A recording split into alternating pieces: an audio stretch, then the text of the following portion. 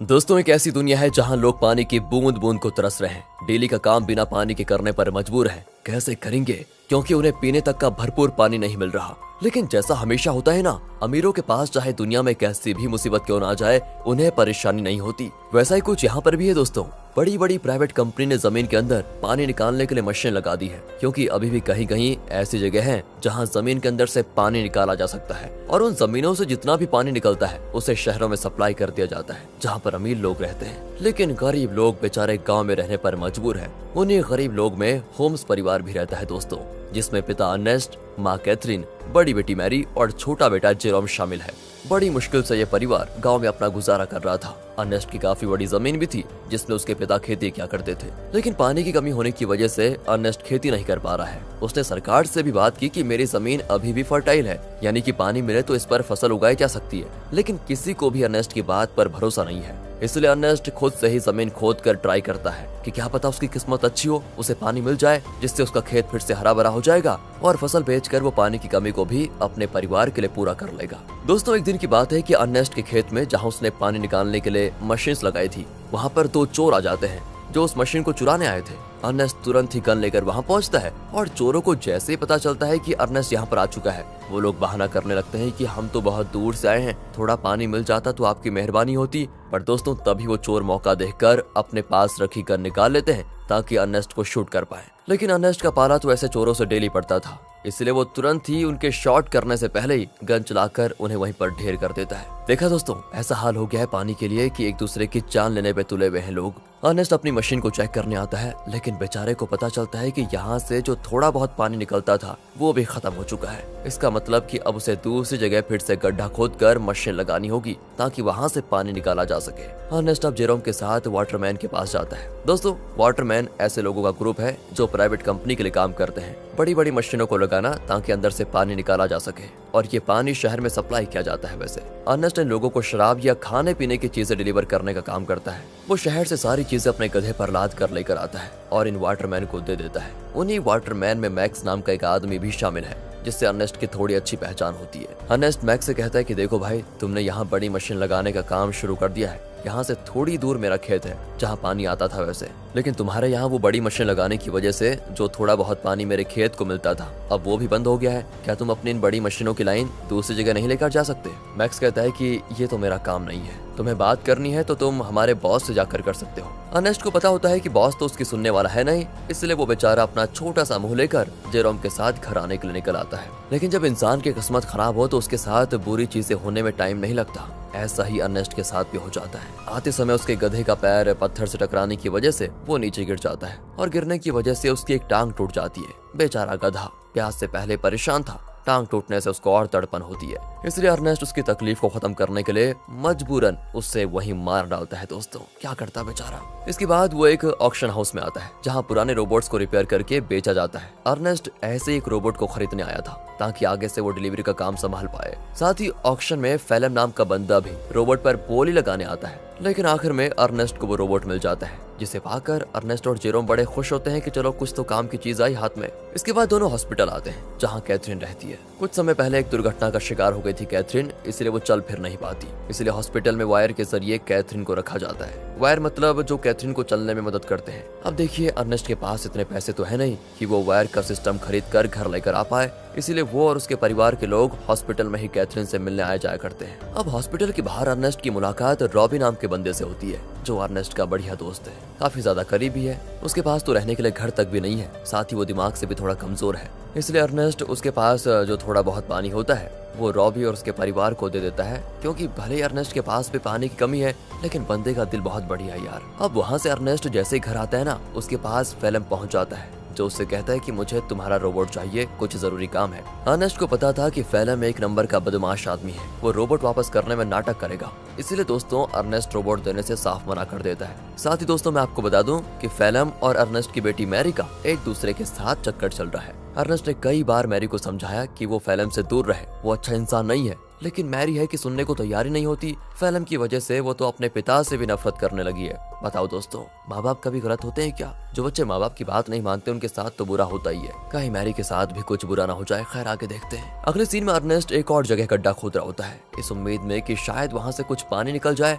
लेकिन बड़ी मशीनों के पाइपलाइन के कारण आसपास का पूरा इलाका सूखा पड़ चुका था। इसलिए अर्नेस्ट को यहाँ भी निराशा का सामना करना पड़ता है। साथ ही गड्ढा खोदने के दौरान अर्नेस्ट जेरोम से बात कर रहा होता है। वो कहता है, जब मैं शहर गया था वहाँ मैंने एक लड़की को देखा जिसके बाल तो छोटे हैं लेकिन देखने में बहुत सुंदर है। तुम तो बेटा बड़े हो चुके हो, कहो तो तुम्हारी बात करवा दो उससे। मैं नहीं जानता कि इस हालत में हम कब तक जिंदा रह पाएंगे, इसलिए हमारे पास जो भी पल बचे उन्हें अच्छे से जी लेना चाहिए हमें। और दोस्तों, ऐसे ही बाप बेटे आपस में बात करते हुए कुछ टाइम एक दूसरे के साथ बढ़िया तरीके से बिताते हैं। इसके बाद अर्नेस्ट जैसे ही घर आता है, मैरी उससे कहती है, मुझे पैसे चाहिए पापा, मैं फिल्म के साथ जा रही हूँ, मुझे यहाँ पर बहुत घुटन हो रही है। अर्नेस्ट कहता है, घुटन हो रही है? मैंने बचपन से तुम्हें पाल पोस के बड़ा किया, सब कुछ देने की कोशिश की तुम्हें, और फिर भी तुम ऐसी बातें कर रही हो। मैरी तो ऊपर से जवाब देती है, कहती है, हम यहाँ पर जी नहीं रहे, सर्वाइव कर रहे हैं, और मुझे ऐसी जिंदगी चाहिए ही नहीं। अर्नेस्ट के लाख समझाने पर भी जब मैरी नहीं मानती तो अर्नेस्ट मैरी को कमरे में बंद करके खिड़कियों पर कीड़े लगा देता है ताकि वो फिल्म से मिल ना पाए। अब अर्नेस्ट जैसे सप्लाईज लेने के लिए शहर जाने वाला होता है,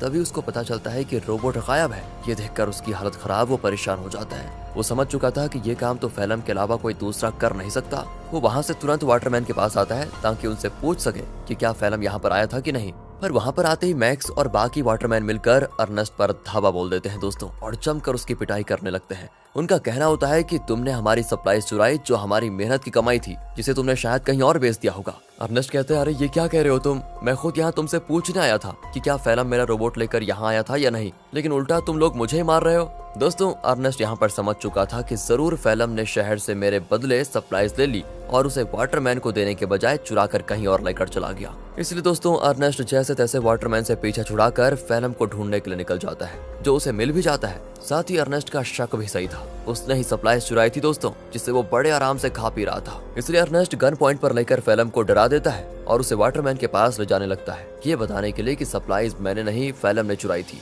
आगे बढ़ते हुए दोनों काफी ज्यादा थक चुके थे। अर्नेस्ट सबसे ज्यादा थक चुका था और साथ ही साथ उसका पानी भी खत्म हो चुका था।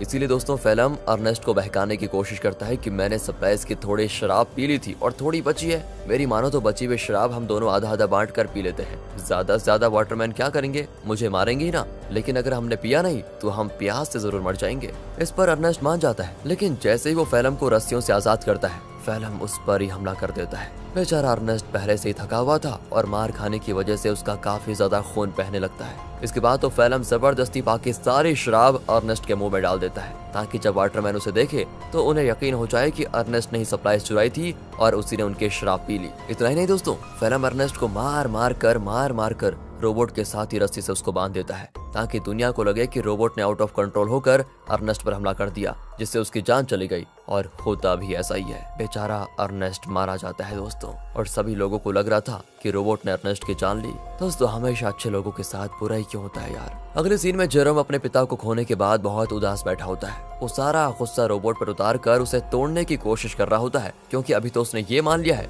कि रोबोट ने ही उसके पिता की जान ली, लेकिन हम सब जानते हैं कि सच्चाई क्या है। तब वहाँ पर फिल्म आकर जेरोम से कहता है, रोबोट को तोड़कर क्या मिलेगा, ये आगे चलकर हमारे ही काम आएगा, इसलिए इसको तोड़ो मत, और तुम चिंता मत करो, मैं हूं ना, मैं तुम्हारे परिवार को संभाल लूंगा, तुम्हारे और मैरी का अच्छे से ख्याल भी रखूंगा। पता हो दोस्तों, कातिल मसीहा बनने की कोशिश कर रहा है। अगले सीन में दिखाते हैं कि फिल्म मैक्स के पास आकर कहता है, मुझे पानी की एक पाइपलाइन चाहिए ताकि उसकी मदद से मैं अर्नेस्ट की जमीन पर खेती कर सकूं। मैक्स कहता है, मैं क्या तुम्हारा कोई नौकर हूं, जो तुम कहोगे और मैं कर दूंगा। तो फिल्म उससे कहता है कि अच्छा, तुम्हें मानना पड़ेगा दोस्त, मानना पड़ेगा। वो दोस्तों उसका चाकू दिखाते हुए कहता है, ये चाकू तो याद है ना तुम्हें, उस दिन जब सप्लाईज लेकर तुम लोगों ने अर्नेस्ट पर हमला किया था, तब ये चाकू अर्नेस्ट ने तुमसे ले लिया था, और मुझे ये चाकू उसकी बॉडी के पास मिला जिसमें तुम्हारा नाम लिखा हुआ है। सभी जानते हैं कि मरने से एक रात पहले सप्लाईज लेकर तुम्हारी और उसकी लड़ाई हुई थी। तो मैं क्या सोच रहा था कि मैं जाकर सभी को ये बात बता देता हूँ कि लड़ाई के दौरान तो मैक्स अर्नेस्ट को नहीं मार पाया, लेकिन अगले दिन जब उसे मौका मिला तो उसने अर्नेस्ट को मार दिया और आरोप डाल दिया रोबोट पर। यह सुनकर मैक्स घबरा जाता है और फिल्म की बात मानते हुए कंपनी से छुपाकर एक सीक्रेट पाइपलाइन अर्नेस्ट के खेत में चालू करवा देता है। जिससे दोस्तों खेत को पानी मिलना शुरू हो जाता है। सभी बड़े खुश होते हैं कि यहाँ पर फिर से खेती हो सकेगी। फेलम दोस्तों डेली हल जोतता है ताकि फसल उगा पाए। देखते देखते उसकी मेहनत रंग ला जाती है और खेती में चारों तरफ फसल उगने लग जाती है, जिसे देखकर जेरोम और बाकी सभी बड़े खुश होते हैं। साथ ही फेलम और मैरी रिलेशनशिप में भी थे, जिस वजह से मैरी प्रेग्नेंट हो चुकी थी, इसलिए उन दोनों की शादी करवा दी जाती है। शादी से फेलम बड़ा खुश था, लेकिन अंदर ही अंदर उसे ये भी याद आ रहा था कि ये सब अर्नेस्ट का था जो उससे मैंने छीन लिया। आज वो जिंदा होता तो ना ही मैरी से उसकी शादी होती और ना ही ये खेत उसे मिलता। अर्नेस्ट के मरने के बाद फेलम ने उसकी सारी चीजों को दोस्तों अपना लिया होता है, लेकिन ये इंसान यहाँ पर भी नहीं रुकेगा। अभी आप इसके पाप देखिए कितना करता है ये। अगले सीन में बैंक से कुछ कर्मचारी आते हैं जो फेलम के पैरों तले जमीन खिसका देने वाली बात बताते हैं कि जमीन पर तुम्हारी फसल उगी है। उस जमीन को अर्नेस्ट ने गिरवी रखा था, वो तो मर गया, इसलिए अब ये जमीन बैंक की होती है और इसमें जो फसल उगी है वो भी बैंक के पास ही जाएगी। फेलम कहता है नहीं, ऐसा नहीं हो सकता, ये बात तुम्हें पहले बतानी चाहिए थी जब यहाँ पर फसल नहीं उगी थी उस समय, और अगर तुम पहले बता देते तो मैं कोई दूसरी जमीन देख लेता। लेकिन दोस्तों बैंक वाले नहीं मानते, वो कहते हैं कि 1 हफ्ते के अंदर अगर पैसे नहीं मिले तो इस जमीन को तुम भूल जाना। इतना कहने के बाद वो चले जाते हैं। फेलम तो परेशान हो चुका था कि अर्नेस्ट ने तो मुझे बेवकूफ बना दिया, बेकारी कहेगा, जमीन तक गिरवी रखिए, बताओ अब पैसों का बंदोबस्त कैसे कर पाऊंगा। बताओ दोस्तों, ये तो वही बात हो गई, उल्टा चोर कोतवाल को डांटे। खैर अब फेलम जेरोम से कहकर रोबोट ले जाने लग जाता है। वो कहता है मैं रोबोट को बेचने जा रहा हूँ ताकि इससे मिले पैसों से बैंक वालों का उधार चुका पाऊँ। लेकिन दोस्तों फेलम शरीफ आदमी नहीं था। वो रॉबी के पास आता है, वही रॉबी दोस्तों जो काफी ज्यादा करीब है, और वो उसे बहाने से साथ में ले जाता है कि मेरे साथ चलो, मैं तुम्हारे लिए पानी वगैरह का बंदोबस्त करता हूँ। इसीलिए बेचारा रॉबी अपने बच्चे को लिए फेलम के साथ चला जाता है। लेकिन मैंने कहा था ना दोस्तों, फेलम के पापों का घड़ा भरा नहीं है। वो धोखे से बेचारे रॉबी के बच्चे को बेच देता है, जिनसे मिले पैसों को वो बैंक वालों को दे देगा। अब इसकी खबर जैसे रॉबी को लगती है, वो फेलम से झगड़ा करने की कोशिश करता है, लेकिन जहाँ पर फेलम ने बच्चे को बेचा था वहाँ झगड़ा वगैरह करने का रूल नहीं होता। बच्चा बिक गया तो डील कभी नहीं टूटेगी, इसलिए वो बदमाश लोग रॉबी को शूट करके मार देते हैं दोस्तों। साथ ही वो फेलम को भी शूट करने की कोशिश करते हैं, क्योंकि उन्हें तो लगा था कि फेलम रॉबी की परमिशन के साथ उसके बच्चे को बेच रहा है। इसलिए फेलम जैसे तैसे अपनी जान बचाकर दोस्तों वहां से भाग ही जाता है। साथ ही वो रोबोट को वहीं छोड़ देता है, क्योंकि उसे जेरोम को भी तो बताना है कि ये पैसे बच्चे को बेचकर नहीं बल्कि रोबोट को बेचकर आए हैं। क्या कहें दोस्तों, कितना बुरा आदमी है यार फेलम। तभी तो दोस्तों अर्नेस्ट अपनी बेटी मैरी को मना कर रहा था इसके साथ रहने के लिए। अगले सीन में बैंक को पैसा देने की वजह से जमीन फिर से फेलम की हो जाती है, तो वहीं रोबोट आगे बढ़ते हुए अपने ओरिजिनल ओनर के पास जाने के लिए निकल पड़ता है, क्योंकि जब वो बदमाश लोग फेलम और रॉबी को शूट कर रहे थे तो कुछ गोली रोबोट को भी लग गई थी, जिससे हुआ ये कि रोबोट की डिफॉल्ट सेटिंग ऑन हो गई और इसीलिए वो अपने ओरिजिनल ओनर के पास जा रहा है जो कि शहर में रहता है और ओनर का नाम है कैल्विन। वो जैसे उस रोबोट को देखता है तो बिल्कुल हैरान हो जाता है कि ये किसका रोबोट घूमकर वापस मेरे पास आ गया। उस रोबोट पर दोस्तों अर्नेस्ट का नाम लिखा हुआ था, इसलिए कैल्विन रेडियो के जरिए अर्नेस्ट से संपर्क करने की कोशिश करता है ताकि वो आगे आए और अपने रोबोट को वापस लेकर जाए। जेरोम तो जैसे ही रेडियो को ऑन करता है तो बिल्कुल हैरान हो जाता है कि फेलम ने तो कहा था कि उसने रोबोट को बेच दिया, अब ये कैल्विन बता रहा है कि रोबोट उसके पास है। इसलिए दोस्तों वो डिसाइड करता है कि अगर कैल्विन रोबोट वापस देना चाहता है तो कोई नहीं, ये तो बहुत अच्छी बात है, मैं जाकर उसको ले लेता हूँ। अगले सीन में जेरोम को रॉबी की पत्नी दिखाई देती है, जो रॉबी और उसके बच्चे के वापस न आने पर सदमे में जा चुकी थी। वो एक गुड़िया लेकर रॉबी और अपने बच्चे के आने का इंतजार करती है। सच में दोस्तों बेचारी के साथ बहुत बुरा हुआ ना। एंड इस चीज को देखकर जेरोम को लगता है कि जरूर कुछ तो बात है जो फेलम छुपा रहा है। जिसके बाद वो शहर के बॉर्डर पर आता है, लेकिन 18 साल से कम होने की वजह से गार्ड्स उसे शहर में जाने नहीं देते। तब वहाँ पर एक लड़की आती है जिसका नाम अना है। वो जेरोम से कहती है मेरे पास आ जाओ, मैं तुम्हें शहर भिजवा सकती हूँ, वो भी बहुत कम पैसों में। जेरोम जैसे ही अना को देखता है तो बिल्कुल हक्का बक्का हो जाता है, क्योंकि वो हूबहू वैसी होती है जैसा कि अर्नेस्ट ने उसे छोटे बालों वाली उस लड़की के बारे में बताया था। याद है ना दोस्तों, जब अर्नेस्ट जेरोम से कह रहा था कि तुम्हारी शादी कर लेते हैं, उससे बात कर लेते हैं तुम्हारी, तो दोस्तों जेरोम उससे फिर अर्नेस्ट के बारे में पूछता है, लेकिन वो तो जानती ही नहीं अर्नेस्ट को। जेरोम भी आगे कुछ नहीं कहता और इसके बाद वो जेरोम को शहर तक जाने वाली सामान की गाड़ी में छुपा कर बैठा देती है और उसकी मदद से जेरोम शहर पहुंच जाता है। अब शहर आने के बाद जेरोम कैल्विन से मिलता है, जो उसे उसका रोबोट वापस कर देता है। रोबोट को जो गोलियां लगी थी कैल्विन ने उसे भी रिपेयर कर दिया था, साथ ही उसने रोबोट की सेटिंग भी सही कर दी थी।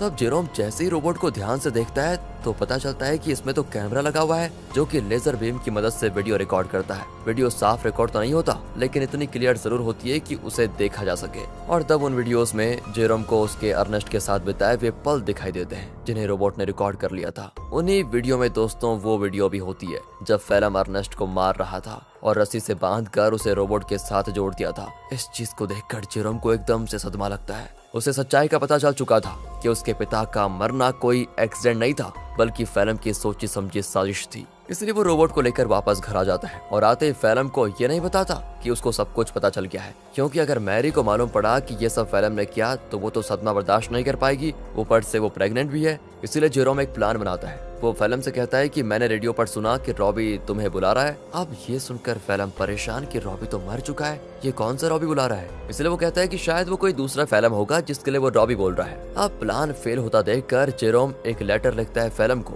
ताकि फेलम को ऐसा लगे कि ये लेटर रॉबी ने भेजा है और वो उसे उसी जगह पर बुला रहा है जहाँ पर अर्नेस्ट मरा था। लेटर देखकर फेलम समझ चुका था कि कुछ तो गड़बड़ी है, मुझे वहाँ पर जाकर देखना ही पड़ेगा। इसीलिए वो उसी जगह पर जाता है जहाँ पर उसने अर्नेस्ट को मारा था। आगे बढ़ते हुए उसे जमीन पर बना हुआ गड्ढा दिखाई नहीं देता और गलती से वो उसे गड्ढे में गिर जाता है जहाँ गिरने से उसका पैर टूट चुका था और वो मदद के लिए चिल्ला रहा होता है। तब वहाँ पर जेरोम गन लेकर आता है। उसे इतने गुस्से में देखकर फेलम समझ जाता है कि जेरोम को सब कुछ पता चल चुका है और ये सारा प्लान जेरोम का ही था। तब फेलम जेरोम को बहलाते हुए कहता है, देखो जो हुआ मैं उसके लिए शर्मिंदा हूँ, मुझे माफ कर दो, लेकिन देखो मैंने मैरी और तुम्हारे कितना अच्छे से ख्याल रखा। अगर मुझे कुछ हुआ तो मैरी ये सदमा बर्दाश्त नहीं कर पाएगी, इसलिए मुझे जाने दो।